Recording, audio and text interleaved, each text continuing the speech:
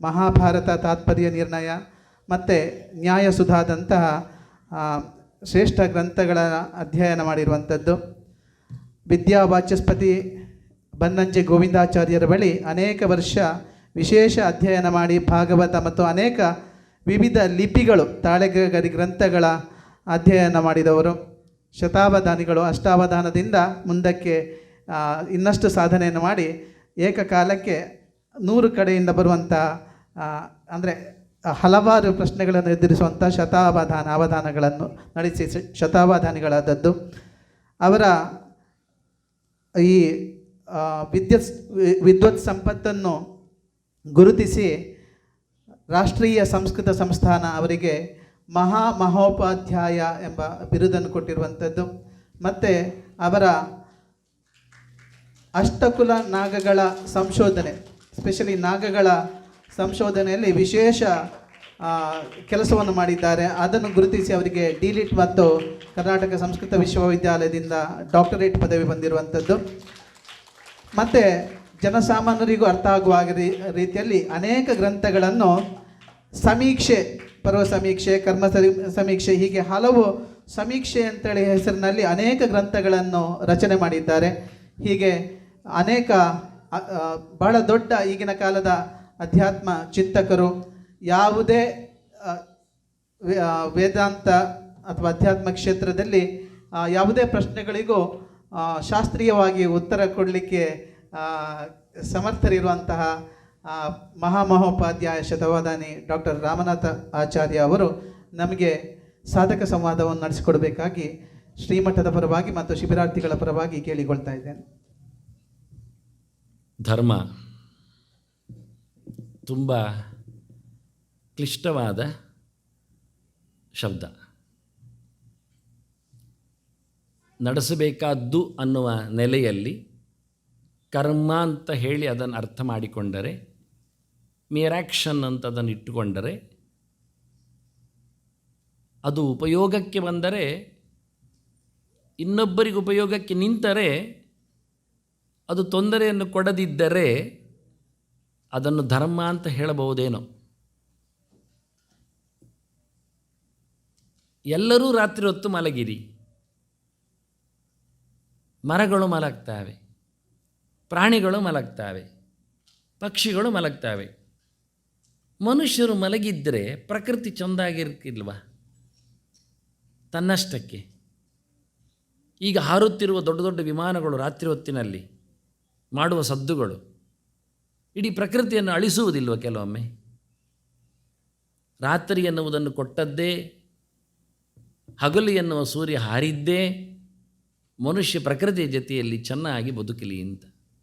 ನಾವು ರಾತ್ರಿಯನ್ನು ಹಗಲು ಮಾಡಿ, ಹಗಲನ್ನು ರಾತ್ರಿ ಮಾಡಿ, ಹಾಳು ಮಾಡಿ, ಪ್ರಕೃತಿಯನ್ನು ಬೋಳು ಮಾಡಿ ಇವತ್ತು ಗೆದ್ದೆವು ಅಂತ ಬೀರಲಿದ್ದೇವೆ. ಆದರೆ ಒಂದು ಕಡೆಯಲ್ಲಿ ಹೊಂಡಕ್ಕೆ ಬಿದ್ದೆವು ಎನ್ನುವುದನ್ನು ಜನ ಗುರುತಿಸುವಾಗ ಆಳುತ್ತೇವೆ. ನಾವು ಎಷ್ಟು ಮುಂದುವರೆದಿದ್ದೇವೆ ಅಂತ ಹೇಳಿದರೆ, ನಮಗೆ ಹಸಿ ಹಸಿಯಾಗಿ ಬಂದ ಮರದಲ್ಲಿರತಕ್ಕ ಸಂಗತಿಗಳನ್ನು ತಿನ್ನಲಿಕ್ಕೆ ಗೊತ್ತಿಲ್ಲ. ನಾವು ಎಷ್ಟು ಮುಂದುವರೆದಿದ್ದೇವೆ ಅಂತ ಹೇಳಿದರೆ, ನಮಗಿದ್ದಾಗ ವೆದರಿನಲ್ಲಿ ಇದ್ದಾಗೆ ಬದುಕಲಿಕ್ಕೆ ಆಗ್ತಾ ಇಲ್ಲ. Without clothes and without any shelter. ನಾವು ಏನೂ ಇಲ್ಲದೆ ನಮಗಿರ್ಲಿಕ್ಕೆ ಆಗ್ತಾನೇ ಇಲ್ಲ. ಚಳಿ ಅಂತ ಸಾಯ್ತೇವೆ, ಬಿಸಿಲು ಅಂತ ಬೊಬ್ಬಡಿತೇವೆ, ಮಳೆ ಅಂತ ಕೂಗ್ತೇವೆ. ಒಂದು ಪ್ರಾಣಿಗಳಾದರೂ ಮಳೆ ಅಂತ ಕೂಗಿದ್ದು ಕೇಳಿದ್ದೀರಾ? ಪಕ್ಷಿಗಳಾಗಲಿ, ಚೇರಂಟೆ, ಕಪ್ಪೆ, ಎಂಥದನ್ನು ತಗೊಳ್ಳಿ, ಇನ್ಸೆಕ್ಟ್ಸ್, ಎಷ್ಟು ಸಣ್ಣದಿರಲಿ ಎಷ್ಟು ದೊಡ್ಡದಿರಲಿ, ಆನೆ ಇರಲಿ, ಆರಾಮ ಹೋಗ್ತದೆ ಮಳೆ ಬಂದಾಗ. ಯೋಚನೆ ಮಾಡಿಕೊಳ್ಳಿ. ಪ್ರೊಡಕ್ಷನ್ ಎನ್ನುವುದನ್ನು ಸಹಜವಾಗಿ ಮಾಡಿಕೊಳ್ಳುತ್ತದೆ ಪ್ರಾಣಿಗಳು, ಹಾರಾಡಿಕೊಂಡು, ಓಡಾಡಿಕೊಂಡು, ಅವಿತುಕೊಂಡು, ಆತುಕೊಂಡು. ಆದರೆ ಮನುಷ್ಯ ಯಾಕೆ ಪ್ರಕೃತಿಯ ಜೊತೆಯಲ್ಲಿ ಬೆಳೀಲಿಲ್ಲ? ಸಹಜವಾಗಿ ಯಾಕೆ ಮನುಷ್ಯ ಆಗ್ತಾ ಇಲ್ಲ? ಅವನ ಕಂಡೀಷನ್, ವರ್ಕಿಂಗ್ ಕಂಡೀಷನ್, ಅವನ ಕ್ರಿಯೆಗಳು ಪ್ರಕೃತಿಗೆ ಸಹಜವಾಗಿ, ನೇಚರ್, ಇನ್ನೇಟಿವ್ ಯಾಕೆ ಆಗ್ತಾ ಇಲ್ಲ? ತದ್ವಿರುದ್ಧವಾಗಿ ಯಾಕೆ ಮಾಡ್ತಾನೆ? ಹಣ್ಣನ್ನು ಹಾಗೆ ತಿನ್ನಲಿಕ್ಕೆ ಬರ್ತಾ ಇಲ್ಲ ಅವನಿಗೆ. ಯಾವುದೇ ಬೀಜಗಳನ್ನು ಹಾಕಿ ತಿಂತಾ ಇಲ್ಲವ? ಎಸ್ ಸರ್, ಸನಾತನ ಧರ್ಮ ಜಾಗೃತಿ. ನಾನು ಹೇಳಿದ್ದು ಸನಾತನ ಅಲ್ಲವ? ಈಗ ಅಲ್ಲಿಂದ ಶುರು ಮಾಡಿದ್ದೇನೆ ನಾನು. ಹಾಗೆ ಶುರು ಮಾಡಿದ್ದೇನೆ, ಧರ್ಮವನ್ನು ಎತ್ತಿಕೊಂಡಿದ್ದೇನೆ. ಇನ್ನು ಜಾಗೃತಿ ಆಗ್ತಾ ಉಂಟು ಗೊತ್ತಿಲ್ಲ ಯಾರಿಗೂ. ಬಟ್ ಎನಿ ಹಾವ್ ಮಲಗಲಿಲ್ಲ ಎನ್ನುವುದು ಸತ್ಯ. ನಾನು ಏನ್ಷಿಯಂಟ್ ಸನಾತನ ಹಿಂದಿನಿಂದ ಇರುವುದು ನಾವು ಹೀಗೆಯೇ ಅಲ್ಲ. ಯಾಕೆ? ಹೌದು ಯಾಕೆ ಅಂತ. ಪ್ರಕೃತಿಯು ಮತ್ತು ನಾವು ಯಾಕೆ ಸರಿ ಇಲ್ಲ? ನಮ್ಮ ಧರ್ಮ ಯಾಕೆ ಇವತ್ತು ಸೋತಿದೆ? ನಮ್ಮ ಕರ್ಮ ಯಾಕೆ ಹಾಳಾಗಿದೆ? ನಾವು ಯಾಕೆ ಬೇಯಿಸಿ ತಿಂದೆವು? ಯಾಕೆ ನಾವು ಅಗೆದು ಬಗೆದು ತಿಂದೆವು ನೆಲವನ್ನು? ತಿನ್ನುವ ಮೂಲಕ ಯಾಕೆ ಸೋತೆವು, ಹಾಳಾದೆವು, ಆಸ್ಪತ್ರೆಗಳನ್ನು ಕಟ್ಟಿದೆವು? ಹಿಂದೆ ಬಯಲಿನಲ್ಲೇ ಪಾಠ ಆಗ್ತಿತ್ತು, ಮನಸ್ಸಿನಲ್ಲೇ ಕೇಳ್ತಿದ್ದೆವು, ಬರಿತಾ ಇರಲಿಲ್ಲ, ಮರಿತಾ ಇರಲಿಲ್ಲ. ಈಗ ಬರೀತೇವೆ, ಆದ್ದರಿಂದ ಮರಿತೇವೆ. ಎಷ್ಟನೇ ಕ್ಲಾಸ್ ಯಾರಿಗೆ ಆಗಿದೆ ಹೇಳಿ? ಹಿಂದಿನ ಒಂದು 3 ಕ್ಲಾಸ್ ಹಿಂದಿನದ್ದು ಏನಾದರೂ ನಾನು ಪ್ರಶ್ನೆ ಕೇಳ್ತೇನೆ, ಉತ್ತರ ಹೇಳ್ತೀರಾ ಅಂತ ಹೇಳಿ. 100ಕ್ಕೆ 100 ತೆಗೆದವರು, 625ಕ್ಕೆ 625 ತೆಗೆದವರು 4 ವರ್ಷದ ಕೆಳಗಿನ ಪಾಠವನ್ನು ಕೇಳಿದಾಗ ಅಷ್ಟು ಹೇಳ್ತಾರಾ? ಆಗುವುದಿಲ್ಲ. ಯಾಕಾಯಿತು? ಮೆಮೊರಿ ಶೆಲ್ ಎಲ್ಲಿ ಸತ್ತಿತು?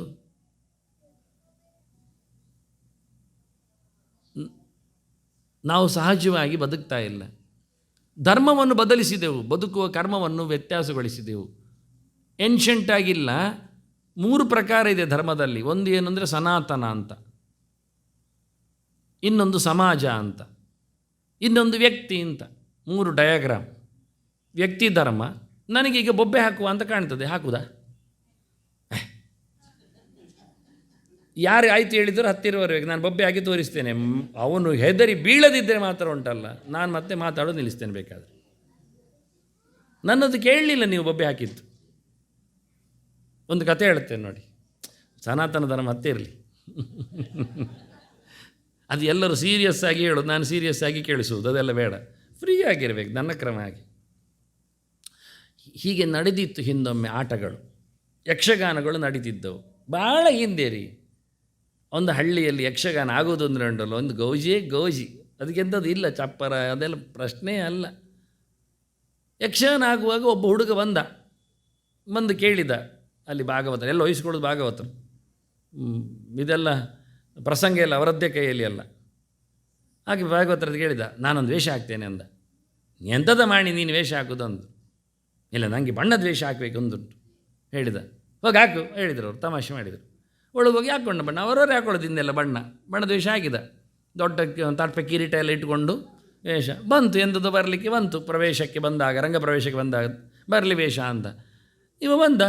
ಚಂಡೆಯವರು ಹೊಡಿತಾ ಇದ್ದಾರೆ, ಏರುತಾಳ ಹಾಕ್ತಾ ಇದ್ದಾರೆ. ಇವನಿಗೆ ಎಂತ ಗೊತ್ತಿಲ್ಲ, ಹಾರಿಕೊಂಡು ಎಂತ ಹಾರೋದೆಲ್ಲಿಗೆ ಬಂದ. ಭಾಗವತರು ಹೇಳಿದರು, ಬೊಬ್ಬೆ ಹೊಡಿಯ ಅಂದರು.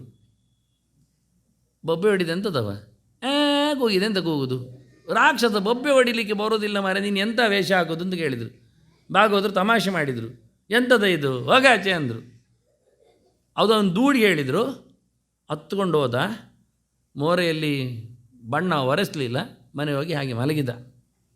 ಇನ್ನೊಂದು ಸರ್ತಿ ಹಳ್ಳಿಯಲ್ಲಿ ಆಟ ಆಗಬೇಕು, ಭಾಗವತರು ಬರಬೇಕು, ನಾನು ವೇಷ ಆಗಿ ಬೊಬ್ಬೆ ಆಗಿ ತೋರಿಸಬೇಕು ಅಂತೇಳಿ ಅವ ಹುಡುಗ ಏನು ಮಾಡಿದ ಅಂದರೆ, ಊರಿನ ಹೊರಗೆ ಹೋಗಿ ಫಾಲ್ಸ್ ಉಂಟಲ್ಲಿ ನೀರು ಬೀಳೋದು, ಅಲ್ಲಿ ಹೋಗಿ ಬೊಬ್ಬೆ ಹೊಡೆಯೋದು, ಪ್ರಾಕ್ಟೀಸು, ಕಿರಿಚೋದು.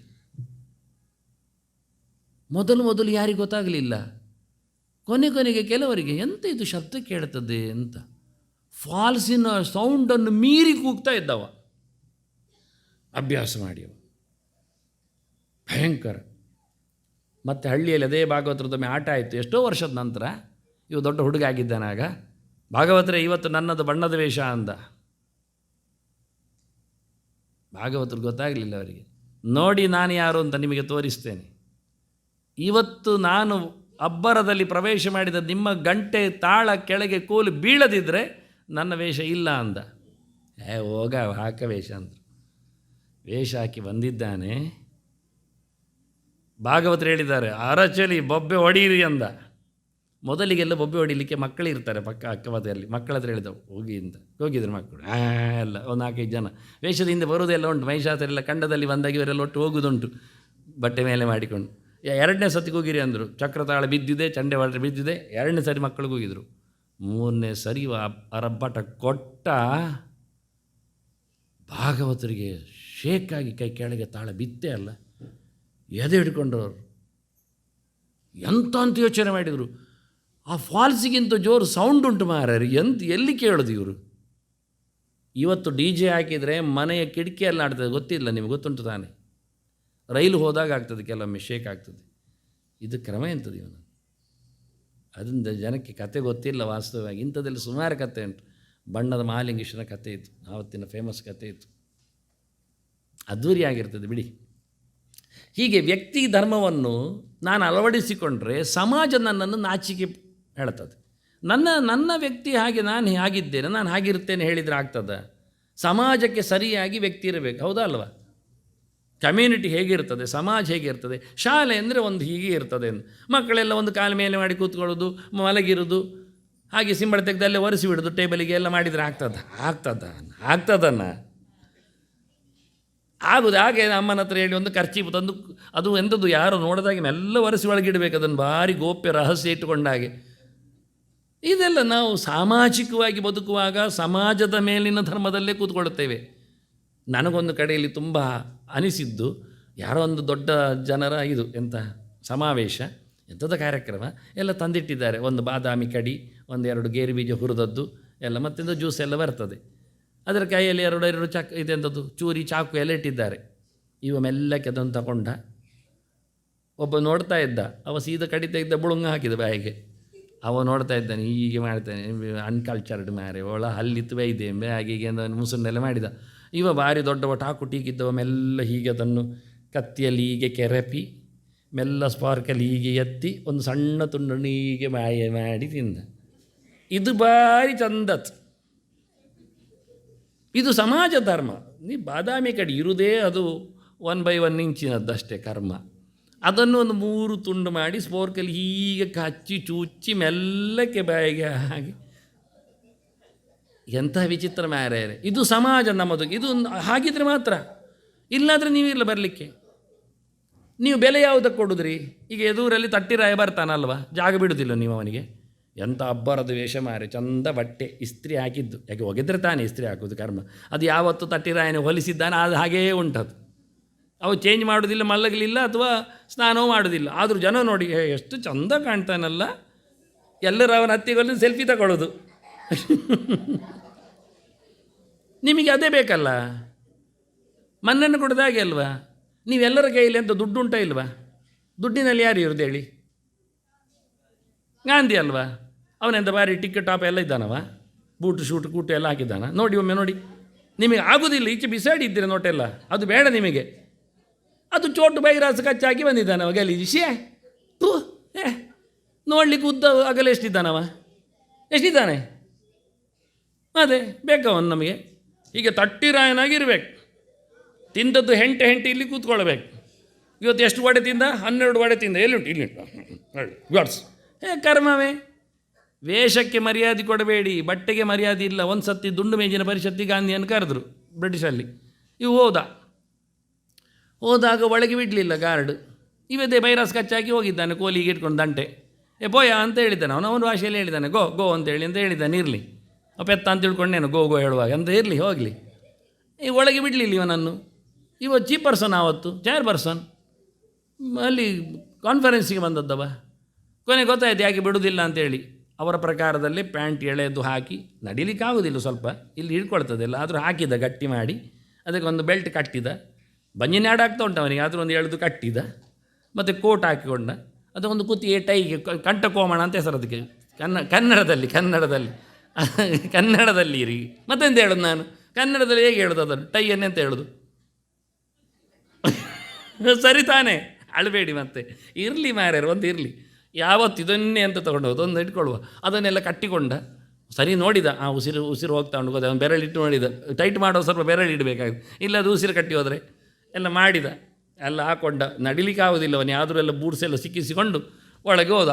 ಆಗ ಅವನು ಹೀಗೆ ಸೆಲೆಕ್ಟ್ ಮಾಡಿ ಒಳಗೆ ಕಳಿಸ್ತಾನೆ ಅವನನ್ನು. ಆಗ ಒಳಗೆ ಹೋಗುವವ ನೋಡಿ, ಆಗ ದ್ವಾರಪಾಲಕ ಜಯ ವಿಜಯರಾಗ ಕೋಲಡ್ಡ ಹಾಕಲಿಲ್ಲ ಅವನಿಗೆ, ಗಾಂಧೀಜಿಗೆ. ಒಳಗೆ ಸೀದ ಹೋದ ನಂತರ ಮಾಮೂಲಿ ಕಾನ್ಫರೆನ್ಸ್ ಎಲ್ಲ ಆಗ್ತಾ ಉಂಟು, ಎಲ್ಲ ತಂದಿಟ್ಟಿದ್ದಾರೆ ಟೇಬಲಲ್ಲಿ, ತಿನ್ನಲಿಕ್ಕೆಲ್ಲ ಉಂಟು. ಇವ ಮೆಲ್ಲ ಒಂದೊಂದೇ ಕಿಸೆಗೆ ಹಾಕಿದ ಕೋಟಿನದ್ದು. ಅಲ್ಲಿ ಕೊಟ್ಟದ್ದನ್ನೆಲ್ಲ ಟುಳುಕ್ ಆಚೆದ್ದೀಚೆದ್ದೆಲ್ಲ ಹಾಕಿಕೊಂಡ. ಎಲ್ಲ ಬ್ರಿಟಿಷರು ನೋಡ್ತಾ ಇದ್ದಾರೆ. ಇಂಡಿಯನ್ ನಾನ್ ಕಲ್ಚರ್ಡ್ ಅಂತ ಗೊತ್ತಿಲ್ಲ ಅವುಗಳಿಗೆ ಇಂಡಿಯನ್ ಹೀಗೆ ಮಾಡೋದು ಅಂತೆಲ್ಲ ತಮಾಷೆ ಮಾಡ್ತಾ ಇದ್ದಾರೆ. ದಟ್ ಇಸ್ ಕರೆಕ್ಟ್ ಅಂದ ಇವ. This is correct, this is your ಅಂದವ. ನಿಮ್ಮದೆಲ್ಲ ಸಂಸ್ಕೃತಿ ಹೀಗೆ ಅಂದ. ಎಂತ ಕೇಳಿದ ಕೊನೆಗೆ, ನಾನು ಒಳಗೆ ಬರುವಾಗ ಹೊರಗೆ ನನ್ನನ್ನು ಒಳಗೆ ಬಿಡಲಿಲ್ಲ, ನಾನು ಕಚ್ಚಕೋಮಣದಲ್ಲಿ ಇದ್ದೆ ಆಗ, ಒಳಗೆ ನನ್ನನ್ನು ಬಿಡಲಿಲ್ಲ. ನಿಮಗೆ ಡ್ರೆಸ್ಸು ಕೋಡ್ ಮೈನ್ ಆಯಿತು, ಒಳಗೆ ಆಗ ಗಮ್ಮತ್ನಲ್ಲಿ ನನ್ನನ್ನು ಬಿಟ್ಟರು. ಆದರೆ ಇದು ಮರ್ಯಾದೆಯಲ್ಲಿ ಇರೋದು ಡ್ರೆಸ್ಸಿಗೆ, ನನಗಲ್ಲ ಹೇಳಿ ಕೋಟಿಗೆಲ್ಲ ಹಾಕ್ತಾ ಇದ್ದೇನೆ, ತಿನ್ನಿಸ್ತಾ ಇದ್ದೇನೆ ಹೇಳಿದ. ಮೀಟಿಂಗ್ ಆ್ಯಂಡ್ ಈಟಿಂಗ್ ಆರ್ ಫಾಲ್ತು ಕೋಡ್ಸ್ ಅಂತ. ಇದು ನಡೆದ ಘಟನೆಗಳಿವು. ನಮ್ಮ ದೇಶದ ಸಂಸ್ಕೃತಿ ಭಾಷೆಯಲ್ಲಿ ಇರುವುದಷ್ಟೇ ಹೊರತು ವೇಷದಲ್ಲಿ ಅಲ್ಲ, ತಿಳ್ಕೊಳ್ಳಿ. ನಾವು ಜೀವ ಭರ್ತಿಯಾಗಿ 10-12 ಫೀಟಲ್ಲಿ ಇದ್ದೇವೆ ಹೇಳಿದರೆ ನೀವು ಗೊಮ್ಮಟಾಯ ಆಯ್ತು, ಮತ್ತೆ ಪ್ರಯೋಜನ ಇಲ್ಲ. ಪ್ರಯೋಜನ ಏನಾಗೋದಿಲ್ಲ. ನೀವು ತಟ್ಟಿರಾಯ ಆಯಿತು, ಎದುರು ಹೋಗಲಿಕ್ಕೆ ಬೆಳ್ಚಪ್ಪನಾಗಿ ಎದುರು ಹೋಗಲಿಕ್ಕೆ ಆಯಿತು. ವೇಷಕ್ಕೆ ಮರ್ಯಾದೆ ಕೊಡುವ ದೇಶ ನಮ್ಮದಲ್ಲ, ಸಂಸ್ಕೃತಿ ನಮ್ಮದಲ್ಲ, ನಮ್ಮ ಟ್ರೆಡಿಷನ್. ಅದಕ್ಕೆ ವ್ಯಯ ಮಾಡೋದಕ್ಕಿಂತ ಹೆಚ್ಚು ಇದಕ್ಕೆ ಮಾಡಿ ಅಂದರು. ವ್ಯಕ್ತಿ ನೋಡಿ ಚಂದ ಮಾಡಿ ರೇಷ್ಮೆ ಬಟ್ಟೆ ಬ್ಯಾಂಡೇಜ್ ಹಾಕಿದರೆ ಒಳಗೆ ಕೂಲ್ತ ಗಾಯ ಅದು ವಾಸನೆ ಬರೋದು ನಿಲ್ಲಿಸ್ತದ? ರಾಯಲ್ ಬ್ಯಾಂಡೇಜ್ ಹಾಕಿದ್ದೇನೆ ಭಾರಿ ಚಂದದ ಮಾರೆ, ಎಲ್ಲ ರೇಷ್ಮೆದ್ದೆ, ನೈಲಾನ್, ಫಾರಿನ್ ಬ್ರ್ಯಾಂಡೆಡ್, ಎಂಥ ಪ್ರಯೋಜನ ಆಗ್ತದೆ? ಗಾಯವೇ ಫಸ್ಟ್ ಫಾರ್ಮೇಷನ್ ಆದದ್ದೇ, ಪ್ರಯೋಜನ ಆಗಲಿಲ್ಲ. ಆದ್ದರಿಂದ ಹೊರಗಿನ ವೇಷದಲ್ಲಿ ಯಾರನ್ನು ಅಳಿಲಿಕ್ಕೆ ಬರುವುದಿಲ್ಲ. ಅಳಿಯುವಂಥದ್ದು ನಮ್ಮ ದೇಶ ಸಂಸ್ಕೃತಿ ಅಲ್ಲ. ಆದ್ದರಿಂದ ಸಮಾಜವನ್ನು ನೀವು ನೋಡಿಕೊಂಡು ಬದುಕುವುದಾದರೆ ಅದಕ್ಕೆ ಫ್ರೇಮ್ಗಳಿರ್ತವೆ. ಸನಾತನ ಧರ್ಮ ಉಂಟಲ್ಲ, ಅದು ಭಾರಿ ಡೀಸೆಂಟ್. ಅದು ಮೈನ್ ಅದರದ್ದು ಸೋರ್ಸ್ ಏನು ಕೇಳಿದರೆ, ನಿನ್ನಗೂ ಉಳಿದವರಿಗೂ ತೊಂದರೆ ಆಗದಂತೆ ಬದುಕುವುದು, ಇಷ್ಟೇ. ಲಿವ್ ಆ್ಯಂಡ್ ಲೆಟ್ ಲಿವ್ ಎನ್ನುವುದು ಸನಾತನ ಧರ್ಮದ ಅಜೆಂಡ. ನಿನ್ನಗೂ ತೊಂದರೆ ಆಗಬಾರ್ದು ಅಂತ ಹೇಳ್ತಾರೆ ಅವನು. ನೀನು ನಿನ್ನನ್ನು ಹಿಂಸೆ ಮಾಡಿಕೊಂಡು, ನಿನ್ನನ್ನು ತೊಂದರೆ ಪಡಿಸಿಕೊಂಡು ನೀನು ಬದುಕುವುದರಲ್ಲಿ ಅರ್ಥ ಇಲ್ಲ. ನಿನ್ನನ್ನು ವೈಭವೀಕರಿಸಿಕೊಂಡು ಉಳಿದವರನ್ನೆಲ್ಲ ನುಂಗಿಕೊಂಡು ಸಮಾಜವನ್ನು ಬೋಳಿಸಿಕೊಂಡು ಬದುಕುವುದರಲ್ಲಿಯೂ ಅರ್ಥ ಇಲ್ಲ. ಇದಕ್ಕೊಂದು ಉದಾಹರಣೆ ಹೇಳ್ತೇನೆ, ಸೈಂಟಿಫಿಕ್ ಉದಾಹರಣೆ, ನಡೆದ ಘಟನೆ. ಇದು ಸಹ ಪರೀಕ್ಷೆ ಮಾಡಿದ್ದು, ಗೊರಿಲ್ಲಾಗಳಲ್ಲಿ ಪರೀಕ್ಷೆ ಮಾಡಿದ್ದು, ಮನುಷ್ಯನ ಮನೋವೃತ್ತಿ ಹೇಗಿರ್ತದೆ ಅಂತ, ಮೆಂಟಲ್ ಫೋರ್ಸ್ಗಳು, ಮೊನೋಪೋಲಿಗಳು ಹೇಗಿರ್ತವೆ ಅಂತ. ಒಂದು ಗೊರಿಲ್ಲ, ಮಂಗನ ಕತೆ ಹೇಳ್ತೇನೆ ಕೇಳು. ಮಂಗಗಳಿಗೆ ಮಕ್ಕಳು ಅಂದರೆ ಭಾರಿ ಇಷ್ಟ. ಮೊನ್ನೆ ರೀಸೆಂಟ್ಲಿ ಒಂದು ಬಂತಲ್ಲ, ಒಂದು ಮಂಗ 3 ತಿಂಗಳ ಮಗುವನ್ನು ಬಿಡುವುದಿಲ್ಲ ಅಂತ ಗಲಾಟೆ ಮಾಡಿದ್ದು ಒಂದು. ಮತ್ತು ಕೊನೆಗೆ ಅದಕ್ಕೆ ಅದರದ್ದೇ ಚಿತ್ರ ತೋರಿಸಿದ ನಂತರ ಅದು ನಡೆದ ಘಟನೆ ಇವತ್ತು ಮೊನ್ನೆ. ಆದರೆ ನಾನು ಹೇಳಿದ್ದು ಘಟನೆ ನಡೆದಿದೆ. ಗೊರಿಲ್ಲ ಮಗುವಿನ ಜೊತೆಯಲ್ಲಿತ್ತು, ಅದಕ್ಕೆ ಮಗು ಇತ್ತು ಕೈಯಲ್ಲಿ. ಗೊರಿಲ್ಲನವನ್ನು ಟ್ಯಾಂಕಿಗೆ ಹಾಕಿದರು. ಅದು ಟ್ಯಾಂಕಿಯಲ್ಲಿ ನೀರಿನಲ್ಲಿ ಮಗು ಸಮೇತ ಆಡ್ತಾ ಇತ್ತು. ಸ್ವಲ್ಪ ಹೊತ್ತಿನಲ್ಲಿ ನೀರು ರೈಸ್ ಮಾಡಿದರು. ರೈಸ್ ಮಾಡಿದಾಗ ಗೊರಿಲ್ಲ ಮೆಲ್ಲಕ್ಕೆ ಮಗುವನ್ನು ಎತ್ತಿಕೊಂಡಿತ್ತು. ಅದಲ್ಲೇ ಮೇಲೆ ಆಡ್ತಾ ಇತ್ತು. ಇನ್ನೂ ಜಾಸ್ತಿ ಬಂತು. ಗೊರಿಲ್ಲ ಯೋಚನೆ ಮಾಡಿತು, ತನ್ನ ಕುತ್ತಿಗೆವರೆಗೆ ಬಂತು. ಇನ್ನೂ ಮೇಲಕ್ಕೆ ಬಂದಾಗ ಗೊರಿಲ್ಲ ಕೂಡಲೇ ಮಾಡಿದ ಕಥೆಯನ್ನು ಕೇಳಿದರೆ, ನೀವು ಕತೆ ಮಾತ್ರ ಕೇಳಬೇಕೀಗ. ಆ ಮಗು ಗೋರಿಲ್ಲವನ್ನು ಕಾಲಡಿ ಹಾಕಿ ಅದರ ಮೇಲೆ ನಿಂತಿತ್ತು. ಕೂಡಲೇ ನೀರು ತೆಗೆದಿದ್ದಾರೆ ಬಿಡಿ. ಇದು ನಡೆದ ಘಟನೆ. ಆತ್ಮಾನಂ ಸತತಂ ರಕ್ಷೆ ದಾರ ಇರಪಿ ಧನ ಇರಪಿ ಅಂತ. ಇದು ಮನುಷ್ಯನ ಮೆಂಟ್ಯಾಲಿಟಿಗೆ.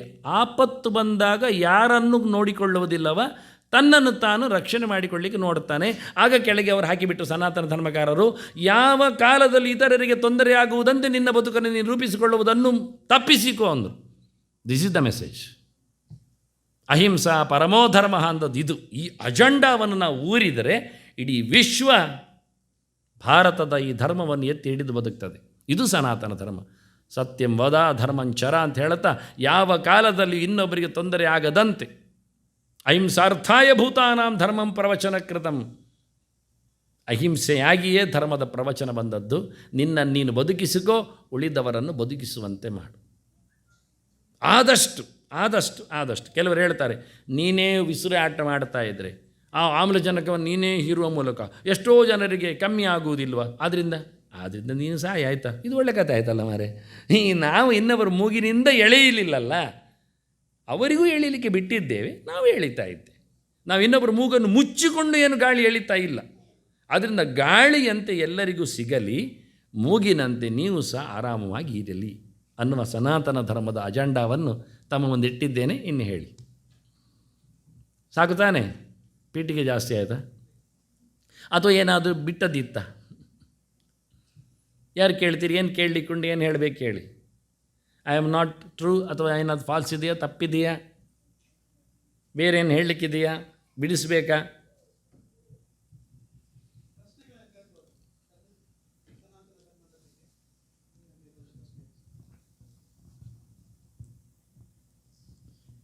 ನಾನೇ ಕೇಳ್ತೇನೆ ಗುರುಗಳೇ. ಬೇರೆ ಮತಗಳ ಒಂದು ಇನ್ಫ್ಲುಯೆನ್ಸ್ ಇದೆ, ಅದಕ್ಕೆ ಹೇಗೆ ಅದನ್ನು ಎದುರಿಸ್ಬೋದು ಈಗಿನ ಜನಾಂಗಕ್ಕೆ, ಹೇಗೆ ನೀವು? Nice question, relevant question. ವರ್ಲ್ಡಿಗೆ ವಾರಿಗೆ ತೆರಳಿದೆ ಎನ್ನುವುದು ಸತ್ಯ. ನಾನು ಅದನ್ನು ಇಟ್ಟುಕೊಂಡೇ ದಂಡೆಯಲ್ಲಿ ಮಾತಾಡಿದ್ದೆ. ನಾನು ಹೇಳಿದೆ, ಇನ್ನೊಬ್ಬರಿಗೆ ಹಿಂಸೆಯಾಗುವಂತೆ ಬದುಕಿ ಎನ್ನುವುದು ಬದುಕು ಅಲ್ಲ, ಅದು ಧರ್ಮ ಅಲ್ಲ ಅಂತ. ಇದನ್ನು ನೀವು ನಾಳೆಯಿಂದ ಪ್ರಚಾರ ಮಾಡಿ. ನಾನು ಹೇಳುತ್ತೇನೆ, ಎಲ್ಲ ಧರ್ಮದವರು ನಮ್ಮಲ್ಲಿ ಇರಲಿ, ಆದರೆ ಒಂದು ಏನು ಗೊತ್ತಾ, ಮನುಷ್ಯತ್ವವನ್ನು ಇಟ್ಟುಕೊಂಡಿರಲಿ ಅಂತ. ನನ್ನ ಧರ್ಮವನ್ನು ನೀನು ಒಪ್ಪುವುದಿಲ್ಲ, ಆದ್ದರಿಂದ ನಿನ್ನನ್ನು ಸಾಯಿಸಬೇಕೆನ್ನುವ ಧರ್ಮ ಅಲ್ಲ ಅದು. ಯಾಕೆ ಆಗ್ತದೆ? ಗಾಳಿ ಎನ್ನುವುದು ಎಲ್ಲರಿಗೂ ಒಂದೇ ಆಗಿರುವಾಗ ನಾನು ಒಪ್ಪಿಕೊಳ್ಳುವಂತೆ ನೀನು ಒಪ್ಪಿಕೊಳ್ಳಬೇಕೆನ್ನುವ ಹಠಮಾರಿತನ ಯಾಕೆ ಬೇಕು? ಅದು ಧರ್ಮ ಅಲ್ಲ. ಧರ್ಮ ಫೋರ್ಸಿನಲ್ಲಿ ನಡೆಸುವಂಥ ಧರ್ಮ ಅಲ್ಲ. ಅರ್ಥ ಆಗಿಸಿಕೊಂಡು ಆಗುವುದಾದರೆ ಆಗಲಿ. ನಂಬಿಕೆಯನ್ನು ಹುಟ್ಟಿಸಲಿಕ್ಕೆ ಬರುವುದಿಲ್ಲ, ಮಾತ್ರೆಯಿಂದ ಪರ್ಚೇಸ್ ಮಾಡಲಿಕ್ಕೆ ಆಗುವುದಿಲ್ಲ. ಆದ್ದರಿಂದ ಇನ್ನೊಬ್ಬರನ್ನು ಸಾಯಿಸಬೇಕೆನ್ನುವುದು ಧರ್ಮ ಅಲ್ಲ. ಅವನಿಗೂ ಬದುಕುವ ಹಕ್ಕು ಈ ನೆಲದಲ್ಲಿ ಇದೆ.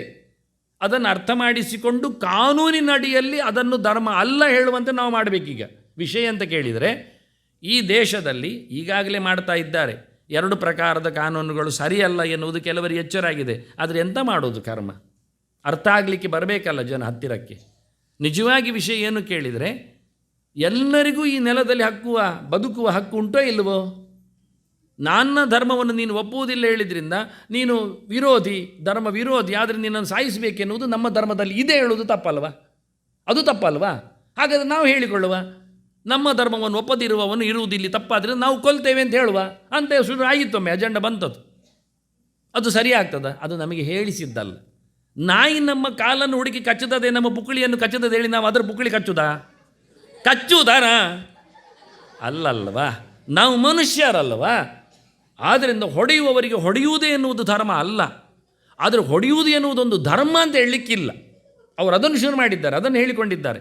ನಮ್ಮಲ್ಲಿ ನಮ್ಮ ಮತವನ್ನು ಒಪ್ಪದೇ ಇದ್ದವನು ಅವನು ಕಾಫಿರ ಅಂತ ಅರ್ಥ, ಅವನು ಸಾಯಬೇಕು, ನಮಗೆ ಕೊಲ್ಲುವ ಹಕ್ಕಿದೆ, ಅದು ಧರ್ಮದಲ್ಲಿ ಕೊಟ್ಟಿದೆ ಹೇಳುವ. ಆ ಧರ್ಮವನ್ನು ಅಕ್ಸೆಪ್ಟ್ ಮಾಡಿದ್ದು ನಮ್ಮ ಕಾನೂನು ತಪ್ಪು. ನಾವು ಹೋರಾಟ ಮಾಡಬೇಕದ್ದಲ್ಲಿ ನಾವು ಮನುಷ್ಯ ಧರ್ಮವನ್ನು ಮೊದಲು ಇಂಪ್ಲಿಮೆಂಟ್ ಮಾಡಬೇಕು. ನಮಗೆ ಹಿಂದೂ ಧರ್ಮ ಮುಖ್ಯ ಅಲ್ಲ, ಈಗ ನಮಗೆ ಇಸ್ಲಾಂ ಮುಖ್ಯ ಅಲ್ಲ, ನಮಗೆ ಕ್ರಿಶ್ಚಿಯಾನಿಟಿ ಮುಖ್ಯ ಅಲ್ಲ, ನಮಗೆ ಮನುಷ್ಯ ಧರ್ಮ ಮುಖ್ಯ. ಮನುಷ್ಯ ಬದುಕಬೇಕು, ಲಿವ್ ಆ್ಯಂಡ್ ಲೆಟ್ ಲಿವ್ ಧರ್ಮ ಬೇಕು ನಮಗೆ.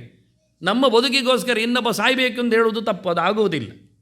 ಅದನ್ನು ಕಾನೂನು ಪ್ರಕಾರದಲ್ಲಿ ಮಾಡಿ. ಇವತ್ತು ಸ್ವತಂತ್ರ ಗೊತ್ತಂತ ಅವರ ಧರ್ಮಕ್ಕೂ ನಾವು ಜಾಗ ಕೊಟ್ಟಿದ್ದೇವೆ, ನಮ್ಮ ಧರ್ಮಕ್ಕೂ ಕೊಟ್ಟಿದ್ದೇವೆ. ನಿಮ್ಮ ಧರ್ಮಕ್ಕೆ ಕಾನೂನಿನಡಿಯಲ್ಲಿ ಜಾಗ ಉಂಟು ನೀವು ಹೇಳುವುದಾಗಿದ್ದರೆ, ನನ್ನದೊಂದು ಆಕ್ಷೇಪ ಇದೆ. ಏನು ಗೊತ್ತಾ? ಹಿಂದೂ ಧರ್ಮದಲ್ಲಿ ನಾವು ಕೃಷ್ಣನನ್ನಾಗಲಿ ಅಥವಾ ಇತರ ದೇವಾನುಗಳ ಒಪ್ಪುವವರು ನಾವು, ಅವರೆಲ್ಲರೂ ಬಹುಬಾರಿಯರು ಹೌದು, ತುಂಬ ಮಡದಿಯರನ್ನು ಮದುವೆಯಾಗಿದ್ದಾರೆ ಹೌದು, ರಾಜರೆಲ್ಲ ಇದ್ದಾರೆ, ರಾಮನ ಅಮ್ಮನಿಗೆ ಅಪ್ಪನಿಗೆ ದಶರಥನಿಗೆ ಕೌಸಲ್ಯ ಸುಮಿತ್ರೆ ಎಲ್ಲ ಇದ್ದಾರೆ. ಆದ್ದರಿಂದ ಹಿಂದೂ ಧರ್ಮದಲ್ಲಿಯೂ ಬಹುಬಾರಿಯರಿದ್ದರೆ ಅದು ಕಾನೂನು ಪ್ರಕಾರ ತಪ್ಪು ಹೇಳುವುದನ್ನು ನಿಲ್ಲಿಸಿ, ಅವರ ಧರ್ಮದಲ್ಲಿ 4 ಮದುವೆ ಆಗಬೇಕು ಎನ್ನುವುದನ್ನು ಕಾನೂನು ಪ್ರಕಾರ ಅವರ ಧರ್ಮ ಪ್ರಕಾರ ಸತ್ಯ ಹೇಳುವುದಾಗಿದ್ದರೆ ಇದು ಸತ್ಯ ಆಗಬೇಕು. ಮಾತಾಡಿ. ಈಗ ಇದು ತೋರಿಸಿಕೊಟ್ಟೆ ನಾನು. ಧರ್ಮ ಸರಿಯಿಲ್ಲ ಎನ್ನುವುದನ್ನು ಮೊದಲು ಯೋಚನೆ. ಇದು ಸಾಮಾಜಿಕವಾಗಿಯೂ ಸರಿಯಿಲ್ಲ. ಈಗ ಬಹುಭಾರಿಯಾತ್ವ ಎನ್ನುವುದನ್ನು ಅಲ್ಲ, ಹೆಂಗಸರು ಇಷ್ಟಪಟ್ಟರೆ ಮದುವೆ ಆಗಲಿ, ಅದನ್ನು ಎಲ್ಲರಿಗೂ ಹೇಳಿ. ಹಾಗಾದರೆ ಹೆಂಗಸರು ಎನ್ನುವುದನ್ನೇ ಒಂದು ಸ್ತ್ರೀತ್ವವನ್ನು ಇಟ್ಟುಕೊಂಡ್ರೆ ಅದನ್ನೇ ಇಟ್ಟುಕೊಳ್ಳಿ. ಅದು ಬಿಟ್ಟು ನೀವು ಆ ಧರ್ಮದಲ್ಲಿ ಹೆಚ್ಚು ಮದುವೆ ಆಗ್ಬೋದು, ಈ ಧರ್ಮದಲ್ಲಿ ಆಗಬಾರ್ದು, ಇದು ನಮ್ಮ ಕಾನೂನು ಹೇಳಿದರೆ, ಕಾನೂನು ಡಿಸ್ಕ್ರಿಮಿನೇಟೆಡ್, ಸಮ ಇಲ್ಲ. ಇದು ಮನುಷ್ಯ ಧರ್ಮ ಸಮ ಇಲ್ಲ. ಒಬ್ಬ ಮನುಷ್ಯನಿಗೆ ಅದು ಆ ಮತದಲ್ಲಿ ಹುಟ್ಟಿದವನಿಗೆ ಮಾತ್ರವೇ ಹೆಚ್ಚು ಹೆಣ್ಣಿನ ಯೋಚನೆ ಇರೋದು, ಈ ಮತದಲ್ಲಿ ಹುಟ್ಟಿದವರಿಗೆ ಹುಟ್ಟುವಾಗಲೇ ಜೀನ್ಸಲ್ಲಿ ಇರುವುದೇ ಇಲ್ಲ ಎನ್ನುವುದು ಅದೆಲ್ಲ ಸುಳ್ಳು, ತಪ್ಪದು, ಅದು ಅವೈಜ್ಞಾನಿಕ. ಅದು ಆದ್ದರಿಂದ ಮತದಲ್ಲಿ ಇರತಕ್ಕಂಥ ಧರ್ಮದ ಏನೊಂದು ನಮೂನೆಗಳಿವೆ ಅದನ್ನು ತಿದ್ದುಪಡಿ ಮಾಡಬೇಕು. ಯಾವುದಕ್ಕೆ ತಿದ್ದುಪಡಿ ಮಾಡಬೇಕು? ಮನುಷ್ಯ ಧರ್ಮಕ್ಕೆ ಸರಿಯಾಗಿ ಮಾಡಬೇಕು. ಎಲ್ಲ ಮಕ್ಕಳು ಇಷ್ಟೇ ಗಂಟೆಗೆ ಓದಲಿಕ್ಕೆ, ಇಷ್ಟೇ ಶಾಲೆಯನ್ನೇ ಓದಲಿಕ್ಕೆ, ಇಷ್ಟರ ನಂತರವೇ ಮದುವೆ ಆಗಲಿಕ್ಕೆ. ಎಂಥ ಮಾರೇರೆ ಮಗಳನ್ನು ಆ ಸಂಬಂಧಿಗಳನ್ನೆಲ್ಲ ಮದುವೆ ಆಗ್ಬೋದು ಅಂತ ಮಾಡಿಕೊಳ್ಳುವ ಒಂದು ಧರ್ಮ ಅಂತ ಹೇಳೋದ? ಆ ಮಕ್ಕಳಿಗೆ ಒಂದು ಸ್ತ್ರೀವಾದದಲ್ಲಿ ಹೇಳೋದು ನಾನು, ಒಂದು ಹೆಣ್ಣುಮಗಳಿಗೆ ತನಗಿಷ್ಟ ಬಂದವನನ್ನು ಮದುವೆ ಆಗಬೇಕು ಅಂತ ಮೆಚ್ಯೂರ್ ಆದಾಗ ಆಗುವುದಿಲ್ಲ ಅಂತ ಹೇಳುವ ಧರ್ಮ ಅವರಿಗಿಲ್ಲ ಅಂತಾದರೆ, ಮನೆ ಮಂದಿಗಳಲ್ಲಿ ಹುಡುಕಿಕೊಂಡು ಮದುವೆ ಆಗುವಂತಾದರೆ ಇದು ಎಷ್ಟು ಭಯಾನಕ ಯೋಚನೆ ಮಾಡಿ. ಅದು ಹೊರಗೆ ಬರಲಿ, ಅವರು ಹೊರಗೆ ಬರುವುದೇ ಇಲ್ಲ. ಸ್ತ್ರೀ ಮೋಚನ ಸಮಿತಿ ಇದೆ, ಮಹಿಳಾ ಮಂಡಳಿ ಇದೆ, ಎಲ್ಲ ಅವರನ್ನು ಕರೆಯುವುದೇ ಇಲ್ಲ ಹೊರಗೆ. ಅದು ಯಾಕೆ ಕರೆಯುವುದಿಲ್ಲ? ಅಷ್ಟು ಬ್ಲಾಕ್ ಮಾಡಿದ್ದರ ರೀತಿ ಏನು? ಇದು ಯೋಚನೆ ಮಾಡಲಿಕ್ಕೆ. ಪಿಕ್ಚರ್ಗಳಲ್ಲಿಯೂ ಹಾಗೆ ಮುಸ್ಲಿಂ ಹುಡುಗಿಯನ್ನು ಲವ್ ಮಾಡುವ ಕತೆ ಬರುವುದಿಲ್ಲ ಅವರಲ್ಲಿ. ಅವರು ಹೊಡಿತಾರೆ, ಕಲ್ಲು ಹೊಡಿತಾರೆ. ಮುಸ್ಲಿಂ ಹುಡುಗ ಹಿಂದೂ ಸ್ತ್ರೀಯನ್ನು ಮಾತು, ಇದಕ್ಕೆ ನೀವು ಪಿಕ್ಚರ್ ನೋಡಿಕೊಂಡು ದುಡ್ಡು ಕೊಟ್ಟರೆ ಚಪ್ಪಾಳಿ ನೋಡಿದು ಬರ್ತೀರಿ ಹೊರಗೆ. ಯಾಕೆ ಹೊಡಿಬೇಕು?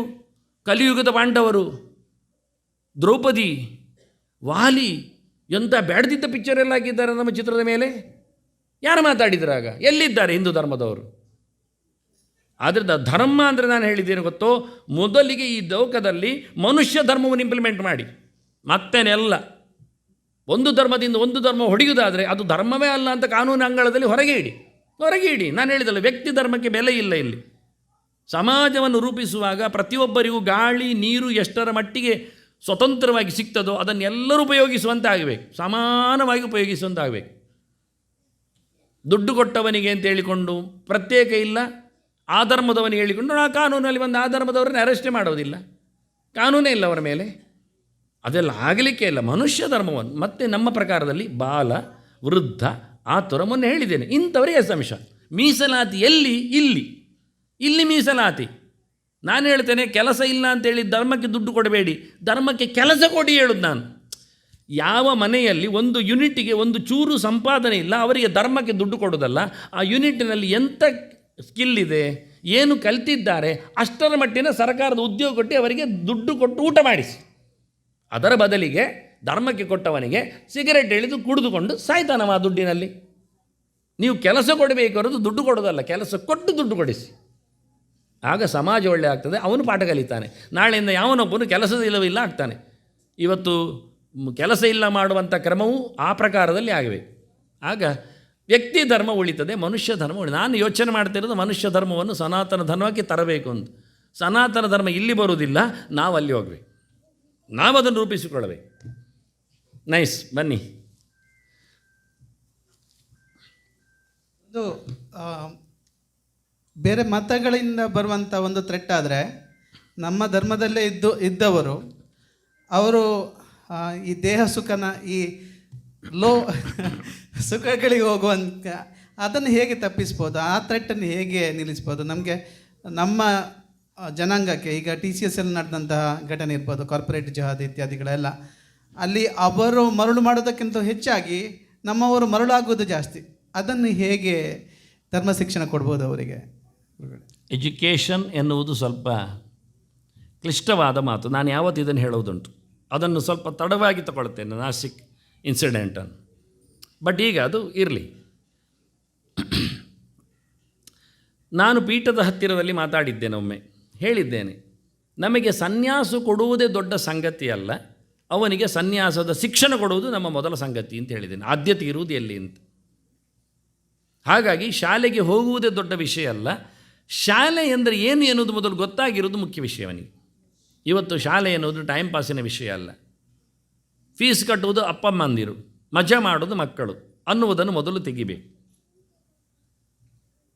ಕಾಲೇಜ್ ಕ್ಯಾಂಪಸ್ಸಿನಲ್ಲೇ ಸೆಲೆಕ್ಷನ್ ಸ್ಟೈಲ್ ಏನುಂಟು, ಅದರಂತೆ ಕಾಲೇಜ್ ಸೇರುವಾಗಲೇ ಸೆಲೆಕ್ಷನ್ ಸ್ಟೈಲ್ ಬರಬೇಕು. ಅವನು ವೃತ್ತಿಪರನಾಗಿ ಬೆಳಿಗ್ಗೆ ದುಡಿಲಿ, ಸಂಜೆ ಕಲೀಲಿ. ಯಾಕಾಗುವುದಿಲ್ಲ?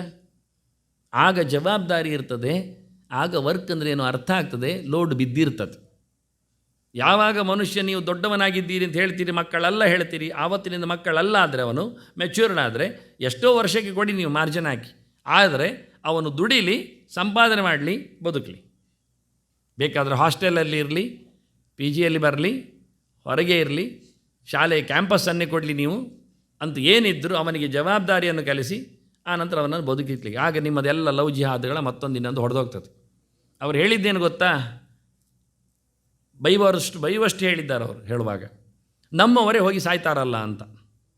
ಅಲ್ಲಿ ಎರಡು ಶಬ್ದ ಪ್ರಯೋಗ ಇತ್ತು. ಒಂದು ನಮ್ಮವರು ಅಂತಲಿತ್ತು, ಹಾಳಾಗ್ತಾರಲ್ಲ ಅಂತ ಎರಡು ಶಬ್ದ ಇತ್ತು. ಒಂದು ಅಳು ಇತ್ತು, ಒಂದು ಅಸಹನೆ ಇತ್ತು. ದೀಪ ಹಾಕಿದ ತಕ್ಷಣ ಹಾತೆಗಳು ಬರ್ತಾವಲ್ವ? ದೀಪ ಕರಿತದ? ಸಾಲಾಗಿ ಬನ್ನಿ ಹಾತೆಗಳೇ ನಾನು ತೆರೆದಿದ್ದೇನೆ ಹೇಳ್ತದ? ಇಲ್ಲ ತಾನೇ.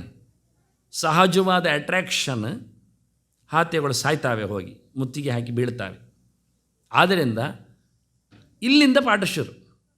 ಒಬ್ಬ ಹುಡುಗ ಶಾಲೆಗೆ ಹೋಗಿ, ಇದು ವಿಜ್ಞಾನ ಹೇಳ್ತದೆ, ಒಬ್ಬ ಹುಡುಗ ಶಾಲೆಗೆ ಹೋದ, ಮತ್ತೆ ಶಾಲೆಯಿಂದ ಬಂದ, ಮತ್ತೆ ಶಾಲೆಗೆ ಹೋದ, ಮತ್ತೆ ಶಾಲೆಯಿಂದ ಬಂದ. ಎಷ್ಟು ವರ್ಷ? 10 ವರ್ಷ.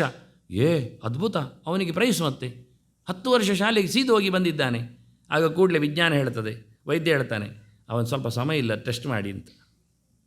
ಯಾಕೆ ಅಂದರೆ ಶಾಲೆಗೆ ಹೋಗಿ ಬರುವಾಗ ಅತ್ತ ಇತ್ತ ಸಿನಿಮಾ ಥಿಯೇಟರ್ಸ್ಗಳಿವೆ, ಪಾನಿಪುರಿ ಅವ ಇದ್ದಾನೆ, ಮತ್ತು ಇದೆಂತ ಕಬ್ಬುಗಳಿವೆ, ಇದೆಲ್ಲ ಇವೆ. ಎಲ್ಲಿ ಹೋಗಲಿಲ್ಲ ಅಂದರೆ ಅವನಿಗೆ ಸಮಯ ಇಲ್ಲ ಅಂತ ಅರ್ಥ. ಒಂದು ಟೆಸ್ಟ್ ಮಾಡಲಿಕ್ಕೆ ಉಂಟು. ಅವನು ಯಾವ ಲಿಂಗ ಅಂತ ಒಂದು ಬೇಕಾದ್ರೆ ನೋಡಿ, ಅಲ್ಲಾದರೆ ಸ್ವಲ್ಪ ಯೋಚನೆ ಮಾಡಿ ಅಂತ ಹೇಳ್ತಾರೆ. Mentally was not correct not ಅಂತಾರೆ. ಅಂದರೆ ಏನರ್ಥ ಇವರ ಪ್ರಕಾರ?